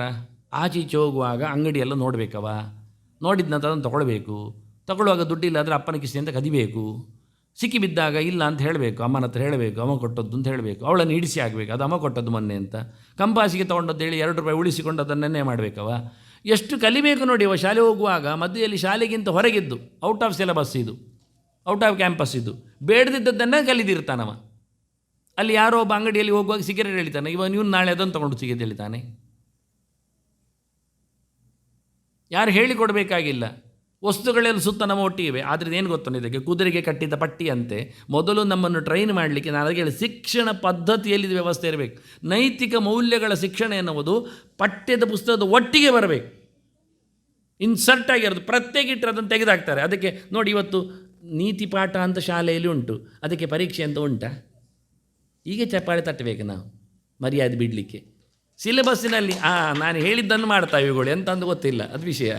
ಅದು ಸತ್ಯವೇ, ಒಳ್ಳೆಯದು ಮಕ್ಕಳೇ, ಖುಷಿಯಾಯಿತು, ಗುಡ್ ಐಡಿಯಾ. ಅಂದರೆ ನನ್ನದು ಪಿಚ್ ಜಾಸ್ತಿ ಇದೆ ನನಗೆ ಗೊತ್ತು, ಇವತ್ತು ಓದೋದ್ರಲ್ಲಿ ಹೇಳಿದ್ರಲ್ಲಿ ಅಲ್ಲ ಅಂತಲ್ಲ ನನಗೆ ಗೊತ್ತಿದೆ. ನಾನು ನಿರೀಕ್ಷೆ ಮಾಡಿದ್ದಾಗೆ ನಾನು ಇವತ್ತು ಪಬ್ಲಿಕನ್ನು ಇವತ್ತಲ್ಲ ಶಿಬಿರಕ್ಕೆ ಪಬ್ಲಿಕನ್ನು ನಿರೀಕ್ಷೆ ಮಾಡಿದ್ದೆ. ನಾನು ಒಳ್ಳೆ ಟ್ರೆಂಡ್, ಪಬ್ಲಿಕ್ ಟ್ರೆಂಡ್ ಬರಬೇಕು. ಮಕ್ಕಳಿಗಿಂತ ಜಾಸ್ತಿ ಪಬ್ಲಿಕ್ ಟ್ರೆಂಡ್ ಬಂದರೆ, ಈಗ ರಜೆ ಬೇರೆ ಇತ್ತು, ಒಳ್ಳೆ ರೀತಿಯಲ್ಲಿ ಫೀಡ್ ಮಾಡ್ಬೋದಿದ್ದಿತ್ತು. ನಾನಂತೂ ಫುಲ್ ಮಾತಾಡುವ ನಿಜವಾಗಿ ಅವಕಾಶ ಇದ್ದಾಗೆಲ್ಲ. ತುಂಬ ಕಾಲೇಜುಗಳಿಗೆಲ್ಲ ನಾನು ಹೋಗ್ತೇನೆ ಮಾತಾಡಲಿಕ್ಕೆಲ್ಲ, ತುಂಬ ಕ್ವಶನ್ಸ್ಗಳೆಲ್ಲ ಇರ್ತವೆ. ಆದರೆ ಇವತ್ತು ನಾವು ಎಲ್ಲಿದ್ದೇವೆ ಕೇಳಿದರೆ, ನೈತಿಕ ಶಿಕ್ಷಣವನ್ನು ಪ್ರತ್ಯೇಕವಾಗಿಟ್ಟಿದ್ದೇವೆ. ಅದು ಬೇಕಾಬಿಟ್ಟಿಯಾಗಿಟ್ಟಿದ್ದೇವೆ. ಇಂಥ ಯಾವನೊಬ್ಬ ಪಟ್ಟೆ ಹಾಕಿದವನ ಬೈರಸೊಟ್ಟವನು ಬರ್ತಾನೆ, ಒಂದು ರಾಮ ಅಂತ ಇದ್ದ, ಅವನಿಗೆ ಕಾಡಿಗೆ ಹೋಗಲಿಕ್ಕೆ ಆಯಿತು, ಅಲ್ಲಿ ಮುಗಿದೋಯ್ತು, ಸಮಯ ಆಯಿತು, ಅಲ್ಲಿಗೆ ಮತ್ತು ಫಿಶಿಲ್ ಹೊಡಿತಾರೆ, ಅಲ್ಲಿಗೆ ಇವು ಮಕ್ಕಳೆಲ್ಲ ಗ್ರೌಂಡಲ್ಲಿ ಬಿಸಾಡಿ ಹೋಗ್ತಾರೆ ವಿಷಯವನ್ನು, ಮನೆಗೆ ಹೋಗಿ ಹೇಳೋದಿಲ್ಲ ಅಂತ ಹೇಳಿದೆ. ಅಂತದ ರಾಮ ಅಂತ ಹೇಳಿದ್ರು ಅವ್ರು, ಆಯ್ತು ಅಷ್ಟೆ. ಅದರ ಬಗ್ಗೆ ನೋಟ್ಸ್ ಮಾಡೋದಾಗಲಿ, ಪ್ರಶ್ನೆ ಕೇಳೋದಾಗಲಿ, ಕಾಂಪಿಟೇಷನ್ ಆಗಲಿ, ಪ್ರೈಸ್ ಡಿಸ್ಟ್ರಿಬ್ಯೂಷನ್ ಆಗಲಿ ಎಂಥದ್ದು ಇಲ್ಲ. ಸಾಯಲಿಕ್ಕೆ ಚುಕ್ಕಿಯಾಗಿ ರಂಗೋಲಿ ಮಾಡಿದ್ದಕ್ಕೆಲ್ಲ ದುಡ್ಡು ಕೊಡ್ತಾರೆ, ಬೇಕಾದಷ್ಟು ಪ್ರೈಸ್ ಇಡ್ತಾರೆ. ಅದು ಎಂತ ಮಾಡಿದರೂ ರಂಗೋಲಿ ಮಾಡಲಿಕ್ಕೆ ಬರ್ತದೆ ಮಾರ್ಯಾರೆ, ಸುಲಭ. ಇದು ಬರುವುದಿಲ್ಲ ಸಬ್ಜೆಕ್ಟ್ ನಾಲೆಜ್. ಆದ್ದರಿಂದ ನೈತಿಕವಾದ ಶಿಕ್ಷಣವನ್ನು ಪಠ್ಯದ ಒಟ್ಟಿಗೆ ಇನ್ಸರ್ಟ್ ಮಾಡಿ ಕಲಿಸುವಂತೆ ನಾವು ಮಾಡಬೇಕು. ಗೊತ್ತಾಗಲೇಬಾರದು ಮಕ್ಕಳಿಗೆ ಹೇಳಿಕೊಟ್ಟದ್ದು. ನೀವು ಗ್ಲೂಕೋಸಿನೊಟ್ಟಿಗೆ ಇಂಜೆಕ್ಟಿವ್ ಮಾಡಿದಾಗೆ ಕೊಟ್ಟದ್ದು ಗ್ಲೂಕೋಸ್ ಅಂತ ಗೊತ್ತೇ ಆಗೋದಿಲ್ಲ, ಒಳಗೆ ನಾವು ಅದಕ್ಕೆ ಮದ್ದು ಹಾಕಿದ್ದು ಗೊತ್ತೇ ಆಗಬಾರ್ದು. ಆ ರೀತಿಯಾಗಿ ಮನುಷ್ಯರಿಗೆ ಸಹಜವಾಗಿಯೇ ನಮ್ಮತನವನ್ನು ಅವರಿಗೆ ಕಲಿಸಿಕೊಡುವಂಥ ಒಂದೊಮ್ಮೆ ಶಿಕ್ಷಣದ ವ್ಯವಸ್ಥೆ ಆದರೆ, ಔಟ್ ಆಫ್ ಸಿಲೆಬಸ್ಸಲ್ಲಿ, ಔಟ್ ಆಫ್ ಕೋರ್ಟಲ್ಲಿ, ಔಟ್ ಆಫ್ ಕ್ಯಾಂಪಸ್ಸಲ್ಲಿ, ಔಟ್ ಆಫ್ ಸ್ಕೂಲಲ್ಲಿ ಆಗುವುದೇ ಇಲ್ಲ. ಹಿಂದೆ ಆಗ್ತಿತ್ತು, ಮನೆ ಇತ್ತು, ಅಂಗಳಿತ್ತು, ಚಾವಡಿತ್ತು, ದೇವಸ್ಥಾನ ಇತ್ತು, ಎಲ್ಲರೂ ಬರ್ತಿದ್ರು. ಇವತ್ತು ಮಕ್ಕಳೇ ಇಲ್ಲ ಮನೆಯಲ್ಲಿ, ಎಲ್ಲಿ ಬರೋದು? 2 ಮನೆಗೆ 1 ಮಕ್ಕಳಾಗಿದೆ ಈಗ, 1 ಮನೆಗೆ 2 ಇತ್ತಾಗ. ನಾಚಿಗೆ ಆಗ್ತದೆ ನನಗೆ ಹೇಳಲಿಕ್ಕೆ.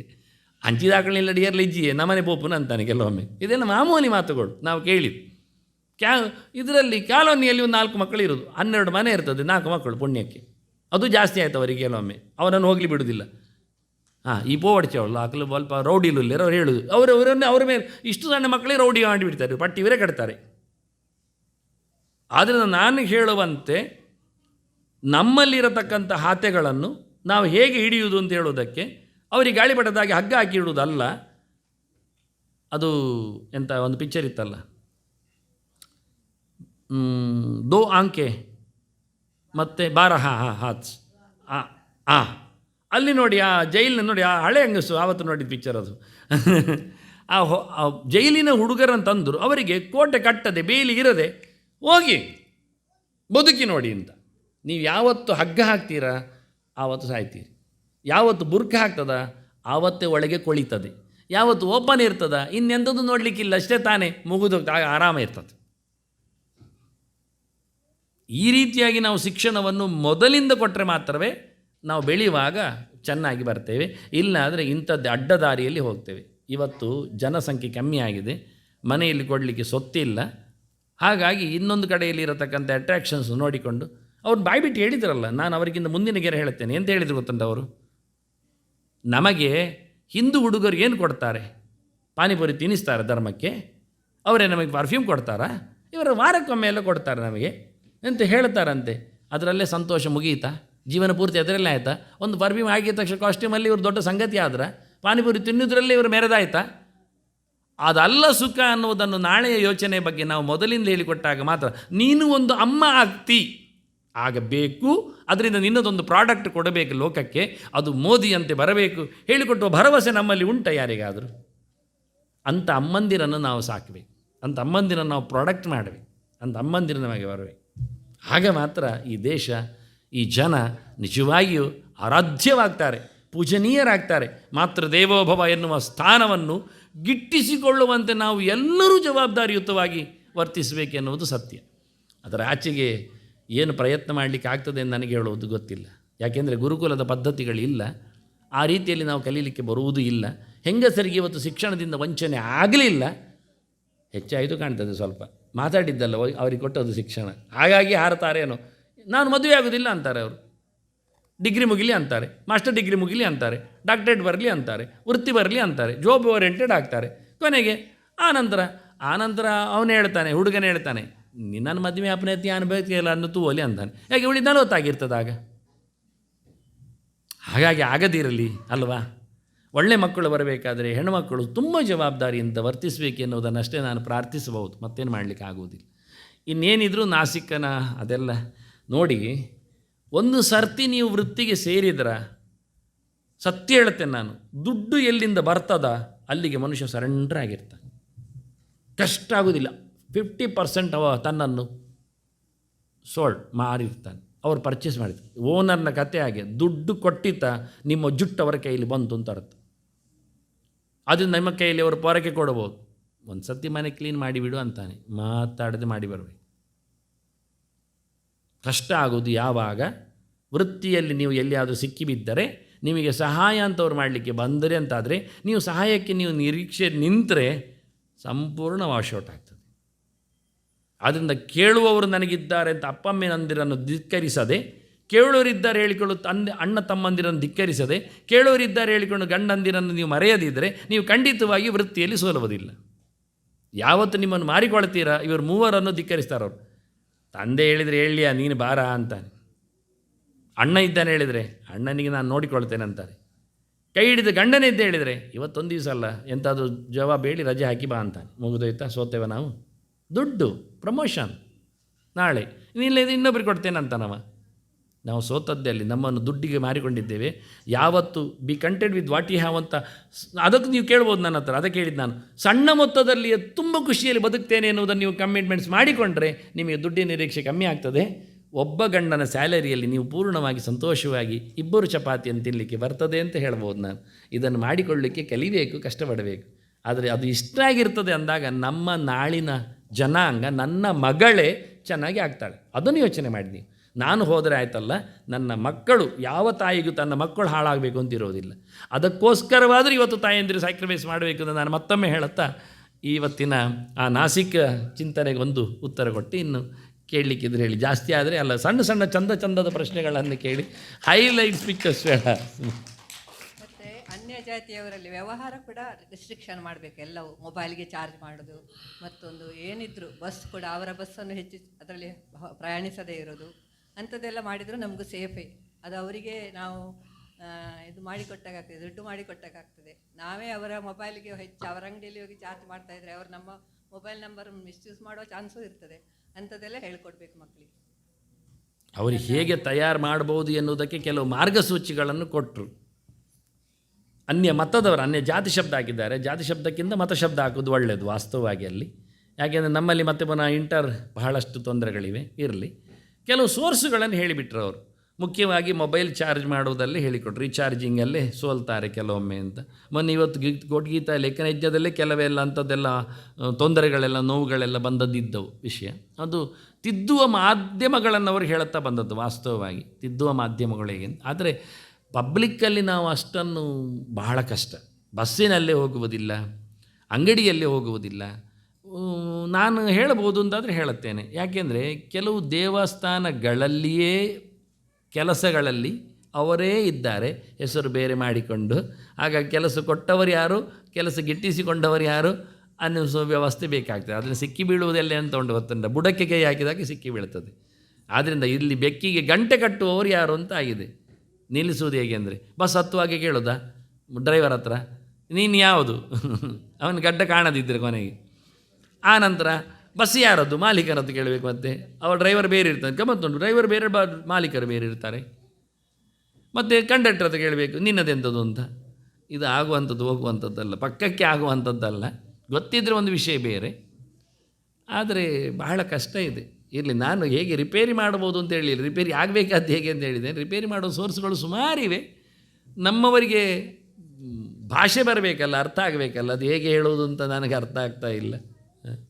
ಅದಕ್ಕಿಂತ ಮೊದಲು ನಾನು ಹೇಳಿದೆ ಅಂತ ಕೇಳಿದರೆ, ಧರ್ಮದ ಜಾಗೃತಿಯಲ್ಲಿ ಕಾನೂನಿನಲ್ಲಿ ಸಮಾನವಾದ ಧರ್ಮಗಳು ಬರುವಂತೆ ಮಾಡುವುದು ನನಗೆ ಹಠ. ಅದು ಬೇಕು. ಒಂದು ಧರ್ಮದಲ್ಲಿ ಇನ್ನೊಂದು ಧರ್ಮವನ್ನು ಹೊಡಿಬಹುದು ಎನ್ನುವ ಧರ್ಮವನ್ನು ರೈಟ್ ಹಾಕಬಾರ್ದು, ಟಿಕ್ ಹಾಕಬಾರ್ದು. ಯಾವ ಧರ್ಮವೇ ಇರಲಿ, ಅದು ಒಂದು ಧರ್ಮವನ್ನು ವಿರೋಧಿಸಿ ಹೊಡಿಬೇಕು, ಅದು ಒಪ್ಪದಿದ್ದರೆ ಹೇಳುವಂಥದ್ದನ್ನು, ಅದು ಮನುಷ್ಯ ಧರ್ಮದಲ್ಲೇ ಭಾರತದಲ್ಲಿ ಬದುಕಲಿಕ್ಕೆ ಬರಬಾರ್ದು ಅಂತ.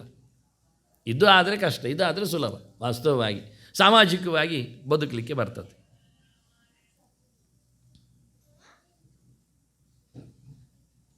ಮತ್ತೆ ಹೇಳಿ.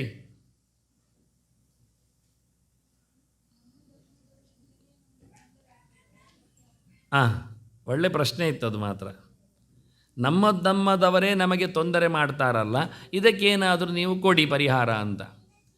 ಈಗ ಅದು ನಾನು ವಿಶ್ಲೇಷಣೆ ಮಾಡಿಕೊಂಡು ಉತ್ತರ ಕೊಡ್ಬೋದು. ನಮ್ಮ ಧರ್ಮದವರೇ ನಮಗೆ ತೊಂದರೆ ಮಾಡ್ತಾರೆ ಎನ್ನುವುದು ಯಾವ ನೆಲೆಯಲ್ಲಿ ಅಂತ ಎನ್ನುವುದು ಕೇಳಿಕೊಳ್ಳಬೇಕಾಗ್ತದೆ.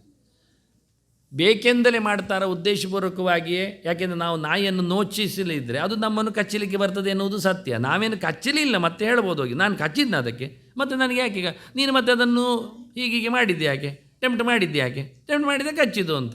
ಹಾಗಾಗಿ ನಮ್ಮ ಧರ್ಮದವರೇ ನಮ್ಮ ಧರ್ಮದವರನ್ನು ಅನ್ಯಾಯಗೊಳಿಸ್ತಾರೆ ಅಥವಾ ಮೋಸಗೊಳಿಸ್ತಾರೆ, ಉಪಟಳ ಮಾಡ್ತಾರೆ ಅಂದರೆ ಏಕೆ ಅಂತ ಸ್ವಲ್ಪ ಯೋಚನೆ ಮಾಡಿಕೊಳ್ಬೇಕು. ಅವ್ರು ಹೇಳಿದಾಗೆ ನಾವು ಒಂದೊಮ್ಮೆ ಯೋಚನೆ ಮಾಡುವ. ಒಂದು ದೇವಸ್ಥಾನದಲ್ಲಿ 4-5 ಕೆಲಸಗಾರರಾಗಿ ಹೆಂಗಸರಾಗಲಿ ಗಂಡಸರಾಗಲಿ ಇರ್ತಾರೆ ಇಟ್ಕೊಳ್ಳುವ. ಅವರನ್ನು ಪದೇ ಪದೇ ಕಿರಿಕಿರಿ ಮಾಡ್ತಾ ಮ್ಯಾನೇಜ್ಮೆಂಟ್ ಉಂಟು ಹೇಳಿದರೆ ಎಂಥದಕ್ಕೆ ಅಂತ ಸ್ವಲ್ಪ ಸರಿಯಾಗಿ ಒಂದು ಕಮ್ಯುನಿಟಿ ಮಾಡಿಕೊಂಡು ಅಲ್ಲಿ ಒಂದು ಕಮಿಟಿ ಮಾಡಿ ಎಂಥ ತೊಂದರೆ ಆಗ್ತಾ ಉಂಟು, ಯಾಕೆ ಮಾಡ್ತಾರೆ, ಪದೇ ಪದೇ ಕಿರುಕುಳ ಯಾಕೆ ಕೊಡ್ತಾರೆ, ಸಂಬಳ ತಡವಾಗಿ ಕೊಡ್ತಾರಾ, ಮನೆ ಮಂದಿಯನ್ನು ಚೇಸ್ ಮಾಡ್ತಾರಾ ಅಂತ ತಿಳ್ಕೊಂಡು ಬುದ್ಧಿ ಹೇಳಿ ಸರಿ ಮಾಡಲಿಕ್ಕೆ ಬರಬೇಕು. ಅವರಿಗೂ ನಾನು ಹೇಳಿದಲ್ಲ, ಪ್ರತಿಯೊಂದು ಕಡೆಯಲ್ಲಿಯೂ ಮನುಷ್ಯ ಧರ್ಮವನ್ನೇ ಬೆಳೆಸುವುದು. ನಾನು ಒಂದು ಮನುಷ್ಯ, ಕಷ್ಟದಲ್ಲಿ ಇದ್ದೇನೆ, ಬದುಕಲಿಕ್ಕೆ ಬಂದಿದ್ದೇನೆ, ನನ್ನನ್ನು ಬದುಕಲಿಕ್ಕೆ ಬಿಡಿ ಅನ್ನುವಂಥ ಅಂಗಲಾಚಿಕೊಂಡವರ ಹತ್ರ ಅವರಿಗೆ ಬೋಧನೆ ಕೊಟ್ಟು ನಿಲ್ಲಿಸಬೇಕು. ಇಲ್ಲ ಹೇಳೋದಿಲ್ಲ, ನಮಗೆ ಹೊಟ್ಟೆ ಹೊಡಿಲಿಕ್ಕೆ ಯಾರಿಗೂ ಅಧಿಕಾರ ಇಲ್ಲ, ನಮ್ಮವರಿಗೂ ಇಲ್ಲ. ಅದು ನಮ್ಮವರು ದಬ್ಬಾಳಿಕೆ ಮಾಡೋದನ್ನು ನಾನು ಇಲ್ಲೇ ಹೇಳಲಿಕ್ಕೆ ಹೋಗುವುದಿಲ್ಲ. ಆದರೆ ಇಂಥ ಒಂದು ದೊಡ್ಡ ಹೊಂಡದಲ್ಲಿ ಬೀಳುವಂತೆ ಮಾಡುವುದಿಲ್ಲ. ಅವರು ಮೋಸ ಮಾಡಿ ಹೊಂಡದಲ್ಲಿ ಹಾಕಿ ಎಲ್ಲ ಲಪಟಾಯಿಸಿ ನಾಳೆ ಕೈಕಾಲು ಮುರಿದು ಇಲ್ಲ ಮಾಡಿ ಯಾವುದೋ ಗಲ್ಫಿಗೆಲ್ಲ ಕಳಿಸಿ ಕೊನೆಗೆ ಶಾಶ್ವತವಾಗಿ ನರಕದ ಕೊಂಪೆಯಲ್ಲಿ ಬೀಳುವಂತೆಲ್ಲ ಮಾಡುವವರು ನಮ್ಮಲ್ಲಿ ಇಲ್ಲ. ಅದು ಇಲ್ಲ, ನಾನು ಕೇಳಿದಾಗೆ ಇಲ್ಲ ಹಾಗೆ. ಆದ್ದರಿಂದ ಯಾವ ಪ್ರಕಾರದಲ್ಲಿ ನಮ್ಮವರು ಅನ್ಯಾಯ ಮಾಡ್ತಾರೆ ಎನ್ನುವುದನ್ನು ಸ್ವಲ್ಪ ಸ್ಪಷ್ಟಪಡಿಸಿದರೆ, ಅಂದರೆ ವೈಯಕ್ತಿಕವಾಗಿ ಇದು ಪರ್ಸನಲಿ ವಾಸ್ತವವಾಗಿ ಸೀಕ್ರೆಟಾಗಿ ರಹಸ್ಯವಾಗಿ ಅಲ್ಲಿಗೆ ಹೋಗಿ ಅವರಿಗೆ ಹೇಳಿ ಎಂತಾಗಿದೆ ಹೇಳಿಕೊಂಡು ಅನ್ಯಾಯವನ್ನು ಸಮಾಜದ ದೊಡ್ಡವರಿಂದ ಸೇರಿಕೊಂಡು, ಯಾಕೆಂದರೆ ವಿಷಯ ದೊಡ್ಡದು ಮಾಡಿದ ತಕ್ಷಣ ಅವರಿಗೆ ಪ್ರೆಸ್ಟೇಜ್ ಬರ್ತದೆ, ಮತ್ತು ಗಲಾಟೆ ಎಬ್ಬಿಸ್ತಾರೆ. ಅದರಿಂದ ಅದು ಶಾಂತವಾಗಿ ಕೂಲಾಗಿ ನಿಧಾನಕ್ಕೆ ಅಲ್ಲಿಂದ ಅದನ್ನು ಸರಿಪಡಿಸಬೇಕು. ಅವರಿಗೆ ನಾನು ಎಷ್ಟು ಹೇಳುವುದು ಗೊತ್ತಾಗುವುದಿಲ್ಲ. ನಮ್ಮವರನ್ನು ಕಂಡರೆ ನಾಯಿಯನ್ನು ಕಂಡು ಬೊಗಳ್ತದೆ ಹೇಳಿದರೆ ಅದು ನಾಯಿದ್ದೇ ದೋಷ, ನಮ್ಮದಲ್ಲ ಮಾತ್ರ. ಕೆಲವೊಮ್ಮೆ ಹಾಗೆ ಆಗ್ತದೆ, ಇಲ್ಲ ಅಂತಲ್ಲ. ಒಂದು ನಾಯಿ ಬಂದ ಇನ್ನೊಂದು ನಾಯಿ ದೂಡ್ತದೆ, ಕೆಲವೊಮ್ಮೆ ಬೊಗಳ್ತದೆ, ಇದು ನನ್ನ ಟೆರಿಟರಿಯಿಂದ ಶುರು ಮಾಡ್ತದೆ. ನಾನು ನಾಯಿ ಅಲ್ವಾ, ನಾನು ಆಡು ಅಲ್ಲ ಹೇಳಿದರೆ ಅದಕ್ಕೆ ಬೋಧ ಬರ್ತದ? ಹಾಗಾಗಿ ನಮ್ಮವರಲ್ಲಿಯೂ ಇಲ್ಲ ಹೇಳುವುದಿಲ್ಲ, ಕಚ್ಚಾಟ ಉಂಟು, ಮೇಲಾಟ ಉಂಟು. ಆದರೆ ಈ ಪ್ರಕಾರವಾದ ಸಮಾಜ ಘಾತುಕವಾದ ನೆಲೆಯಲ್ಲಿ ಕಾಣುವುದಿಲ್ಲ. ಆದರೂ ಇದಕ್ಕೊಂದು ಮದ್ದು ಕೊಡಬೇಕು, ಇಲ್ಲ ಹೇಳುವುದಿಲ್ಲ. ಇದು ತಪ್ಪು ಅಂತ ಅಲ್ಲ ಹೇಳಲಿಕ್ಕೆ ಹೋಗುವುದಿಲ್ಲ. ಎಷ್ಟು ಕಡೆಯಿಂದ ಸರಿ ಮಾಡಬಹುದು, ಮ್ಯಾನೇಜ್ಮೆಂಟಿನಿಂದಲೋ ಇದು ಶಿಕ್ಷಣದಿಂದ ಆಗುವುದಿಲ್ಲ ವೃತ್ತಿಪರ ವಿಷಯಗಳಲ್ಲಿ. ಇವತ್ತು ಶಿಕ್ಷಣದ ವಿಷಯದಲ್ಲಿ ಎಲ್ಲ ಜಾತಿಯವರಿಗೂ ನಮ್ಮವರಲ್ಲಿ ಎಲ್ಲ ಕಡೆಯಲ್ಲೂ ಪ್ರವೇಶ ಉಂಟು. ವಸತಿ ವ್ಯವಸ್ಥೆ ಆಗಲಿ, ಮೀಸಲಾತಿ ಆಗಲಿ, ಊಟದ ವ್ಯವಸ್ಥೆ ಆಗಲಿ, ಅವರವರಿಗೆ ತಕ್ಕಂತೆ ವ್ಯವಸ್ಥಿತವಾಗಿ, ಅಂದರೆ ನಿಂತು ಊಟ ಮಾಡುವವರಿಗೆ ನಿಂತು ಊಟ ಮಾಡುವಾಗೆ ಕೊಡ್ತಾರೆ, ಕೂತು ಮಾಡುವವರಿಗೆ ಕೂತು ಮಾಡುವಾಗೆ, ನೆಲದಲ್ಲಿ ಬಿದ್ದು ಮಾಡುವವರಿಗೆ ನೆಲದಲ್ಲಿ ಬಿದ್ದು ಎಲ್ಲ ವ್ಯವಸ್ಥೆ ಮಾಡಿದ್ದಾರೆ. ಈಗ ಆದಷ್ಟು ದೇವಸ್ಥಾನಗಳಲ್ಲೆಲ್ಲ ಸುಧಾರಣೆ ತಂದಿದ್ದಾರೆ. ನಾವು ಸ್ವಲ್ಪ ಕೋಪರೇಟ್ ಮಾಡಬೇಕಾಗ್ತದೆ, ಇಲ್ಲೇ ಹೇಳುವುದಿಲ್ಲ ಕೆಲವೊಮ್ಮೆ. ಮತ್ತು ನಾನು ಬಟ್ಟೆ ಬರೆಯಲ್ಲಿ ತೆಗೆದೆಲ್ಲ ಒಳಗೆ ಹೋಗಬೇಕೆನ್ನುವುದಲ್ಲಿ ನಾನು ವಿರೋಧಿಯೇ. ಅದನ್ನು ನಾನು ಬೇಕಾದ್ರೆ ಹೇಳಲಿಕ್ಕೆ ಬರ್ತೇನೆ ಎಲ್ಲಿಯಾದರೂ. ಬಟ್ಟೆ ಸಂಸ್ಕೃತಿಯಿಂದಾಗಿ ನಾವು ದೂರ ಹೋಗುವುದು ಬೇಡ, ಅದರಲ್ಲಿ ದೊಡ್ಡ ವಿಷಯ ಏನಲ್ಲ. ಮತ್ತು ನಮ್ಮ ಮಕ್ಕಳು ಚಂದ ಡ್ರೆಸ್ಸಲ್ಲಿ ಹೋದರೆ ನಮಗೆ ಇಷ್ಟ ಅಲ್ವಾ? ಹೆಚ್ಚಿನ ತಾಯಂದಿರು ತಮ್ಮ ಮಕ್ಕಳನ್ನು ಬಿರುಸು ದುರುಸಿನಲ್ಲಿ ನೋಡಬೇಕು ಅಂತ ಇಷ್ಟಪಡುವುದಿಲ್ಲ, ಸ್ವಲ್ಪ ಡೀಸೆಂಟಾಗಿ ಹೋಗಲಿಕ್ಕೆ ಕೇಳುತ್ತಾರೆ. ಆದರೆ ನಾವು ನಮ್ಮನ್ನು ತಯಾರಿ ಮಾಡಿಕೊಳ್ಳುವ, ಆದಷ್ಟು ಏನ್ಷಿಯಂಟಾಗಿ ಸನಾತನದ ಸಂಸ್ಕೃತಿಯಲ್ಲಿ ನಾವು ನಮ್ಮನ್ನು ಕೂಡಿಸಿಕೊಳ್ಳುವ. ಮೊನ್ನೆ ಎಲ್ಲ ಬಂದಾಗೆ ವಾರಕ್ಕೊಂದು ದಿವಸ ದೇವಸ್ಥಾನಕ್ಕೆ ಬರುವ, ಕಡ್ಡಾಯವಾಗಿ ಮಕ್ಕಳನ್ನು ಕರ್ಕೊಂಡು ಬರುವ, ಅಲ್ಲಿನ ಪಂಚಗಜ್ಜಾಯ ತಗೊಳ್ಳೋದ್ರಲ್ಲಿ ಎಲ್ಲ ಸೇರಿಕೊಳ್ಳುವ. ನಮಗೆ ಬೇಡ ಆದರೂ ಸೇರುವ, ಇರಲಿ. ದೀಪ ನಾವು ಹೊತ್ತಿಸುವ, ಕಾರ್ತಿಕದಲ್ಲಿ ದೀಪ ಹೊತ್ತಿಸಲಿ, ನಾವು ಸೇರುವ. ನಾವೆಲ್ಲಂತ ಬೇಡ ಅಂತೇಳಿ ನಮ್ಮನ್ನು ಯಾರು ದೂಡುವುದಿಲ್ಲ. ನಾವು ಸೇರಬೇಕು. ಬೇಡ ಯಾಕೆ ಅಂತ ಕೇಳಬೇಕು. ಒಂದೊಮ್ಮೆ ಉಪದ್ರ ಆಗಿದರೆ ಎಂಥದಕ್ಕೆ ಅಂತ ತಿಳ್ಕೊಂಡು ಕೋಪರೇಟ್ ಮಾಡಿಕೊಳ್ಳುವ. ಈಗ ರಥ ಎಳೆಯುವುದರಲ್ಲಿ ನಮ್ಮನ್ನೆಲ್ಲ ಬಿಡ್ತಾರೆ, ಊಟಕ್ಕೆ ಬಿಡುತ್ತಾರೆ, ದೇವಸ್ಥಾನದ ಒಳಗೆ ಹೊರಗೆ ಬಿಡುತ್ತಾರೆ. ಸಾಮಾನ್ಯವಾಗಿ ಒಂದು 90% ಸುಧಾರಣೆ ಆಗಿದೆ, ಇಲ್ಲ ಅಂತಲ್ಲ. ಎಲ್ಲಿಯೋ ಒಂದು ಎರಡು ಹಳ್ಳೆ ತಲೆಮಾರೆಲ್ಲ ಜೋರು ಮಾಡಿದರೆ ಸ್ವಲ್ಪ ಹಳೆ ಸೀನಿಯರ್ಸ್ ಅಂತೇಳಿ ಕೈ ಮುಗಿದು ಹೊರಗೆ ಬರುವ. ನಾವು ಗಲಾಟೆ ಮಾಡ್ತಾ ಗೊತ್ತಾ ಜೋರಾಗ್ತದೆ, ರೈಸ್ ಆಗ್ತದೆ. ಇರಲಿ, ಅಂಥದ್ದು ಪರ್ಟಿಕ್ಯುಲರ್ ಏನಾದರೂ ತೊಂದರೆ ಇದ್ದರೆ ಹೇಳಿ, ನನ್ನಿಂದ ಏನಾದರೂ ಇದ್ದರೆ ನಾನು ಅದಕ್ಕೆ ಏನಾದರೂ ಸಮಾಧಾನವನ್ನು ಹೇಗೆ ಕೊಡಬಹುದು, ಸುಲಭವಾಗಿ ಕೊಡ್ಬೋದು. ಮತ್ತು ವೃತ್ತಿ ವಿಷಯದಲ್ಲಿ ನೀವು ಅದನ್ನು ಕಡ್ಡಾಯವಾಗಿ, ಯಾವ ಮನೆಯಲ್ಲಿ ದುಡ್ಡು ಇಲ್ಲ, ಮಕ್ಕಳಿದ್ದಾರೆ, ಕಲಿತಿದ್ದಾರೆ, ಅವಕಾಶ ಇಲ್ಲ, ಅಂಥದ್ದನ್ನು ಯಾವುದೋ ಒಂದು ಪ್ರಕಾರದಲ್ಲಿ ನಮ್ಮ ಕಮ್ಯುನಿಟಿಗಳಿಗೆ, ಹಿಂದೂ ಜಾಗರಣ ವೇದಿಕೆಗೆ ತಿಳಿಸಿ ಒಂದು ವೃತ್ತಿಯನ್ನು ಗಿಟ್ಟಿಸಿಕೊಳ್ಳಿ. ನಾನು ಎಲ್ಲರೂ ಕಿವಿ ಮಾತು ಕೊಡೋದು, ನೀವು ಎಲ್ಲಿ ಕೆಲಸದಲ್ಲಿ ಯಾರ್ಯಾರು ದೊಡ್ಡ ದೊಡ್ಡ ವ್ಯಕ್ತಿಗಳಿದ್ದಾರೋ ಅವರು ಆದಷ್ಟು ಇನ್ಫ್ಲುಯೆನ್ಸ್ ಮಾಡಿ ನಿಮ್ಮವರನ್ನು ನಮ್ಮವರನ್ನು ಅಲ್ಲಿ ವೃತ್ತಿಗೆ ಸೇರುವಂತೆ ಮಾಡಿ. ದಮ್ಮಯ್ಯ, ನಿಮ್ಮದೇನು ಗಂಟು ಖರ್ಚಾಗುವುದಿಲ್ಲ. ಪುಳ್ಚೆಟ್ ಹಿಡಿಬೇಡಿ, ಮತ್ಸರ ಮಾಡಬೇಡಿ. ನಾಳೆ ಅವನು ನನಗಿಂತ ದೊಡ್ಡ ಪೋಸ್ಟಲ್ಲಿ ಹೋಗಿ ನಾಳೆ ನನ್ನ ಅದೆಲ್ಲ ಇರಲಿ ಮಾರಾಯ. ಆದಷ್ಟು ಹೆಂಗಸರನ್ನಾಗಲಿ ಗಂಡಸರನ್ನಾಗಲಿ, ಕೆಲವು ಹೆಂಗಸರಿಗೆ ಹೆಂಗಸರು ನೋಡಿದರೆ ಆಗೋದಿಲ್ಲ, ಕೆಲವರು ಗಂಡಸರಿಗೆ ಗಂಡಸರನ್ನು ನೋಡಲಿಕ್ಕೆ ಆಗೋದಿಲ್ಲ, ಕೆಲವು ಗಂಡಸರಿಗೆ ಹೆಂಗಸರಾಗೋದಿಲ್ಲ, ಕೆಲವು ಹೆಂಗಸರಿಗೆ, ಇದೆಲ್ಲ ಬಿಡಿ ಮಾರಾಯ. ನಮ್ಮವರನ್ನು ಎಳೆದು ನಾನು ಹೇಳೋದು, ಯಾವ ಮನೆಗೆ ಒಂದೂ ದುಡಿಯುವ ಕೈ ಇಲ್ಲ ಅಂಥವರನ್ನು ಹುಡುಕಿ ಕೆಲಸ ಕೊಡಿಸುವ ಕೆಲಸ, ಅವರನ್ನು ರೆಕಗ್ನೈಸ್ ಮಾಡುವ ಕೆಲಸ, ಇದ್ದಾರೆ ಇಂಥವರು ಅಂತೇಳಿ ಮಾಡುವ ಕೆಲಸ. ಧರ್ಮಕ್ಕೆ ಅಕ್ಕಿ ಕೊಡಿ ಹೇಳುವುದನ್ನು ಮುಖ್ಯ ಅಲ್ಲವೇ ಅಲ್ಲ. ಧರ್ಮಕ್ಕೆ ಅಕ್ಕಿ ಕೊಟ್ಟರು ಬೇಯಿಸಿ ಯಾರು ಕೊಡ್ತಾರೆ? ಗ್ಯಾಸ್ ಅಂಡೆ ಕೊಡಿ, ಗ್ಯಾಸ್ ಅಂಡೆ ಕೊಟ್ಟರೆ ಆಯಿತಾ? ಅರೆದು ಕೊಡಿ. ಇದೆಲ್ಲ ಮುಗಿಯುವುದಿಲ್ಲ. ಮತ್ತು ಬಾಯಿಗೆ ಇಡ್ಡಿ ಇದು ಹೇಳ್ತಾರೆ ಅವ್ರು ಮನೆಗೆ ಕೂತ್ಕೊಂಡು. ಆಗುವಂಥದ್ದು ಹೋಗುವಂಥದ್ದಲ್ಲ. ಧರ್ಮಕ್ಕೆ ಕೊಟ್ಟರೆ ಎಂಥದ್ದು ನಾವು ಮಾಡ್ತೇವೆ, ಅದು ವಿಷಯ ಅಲ್ಲ.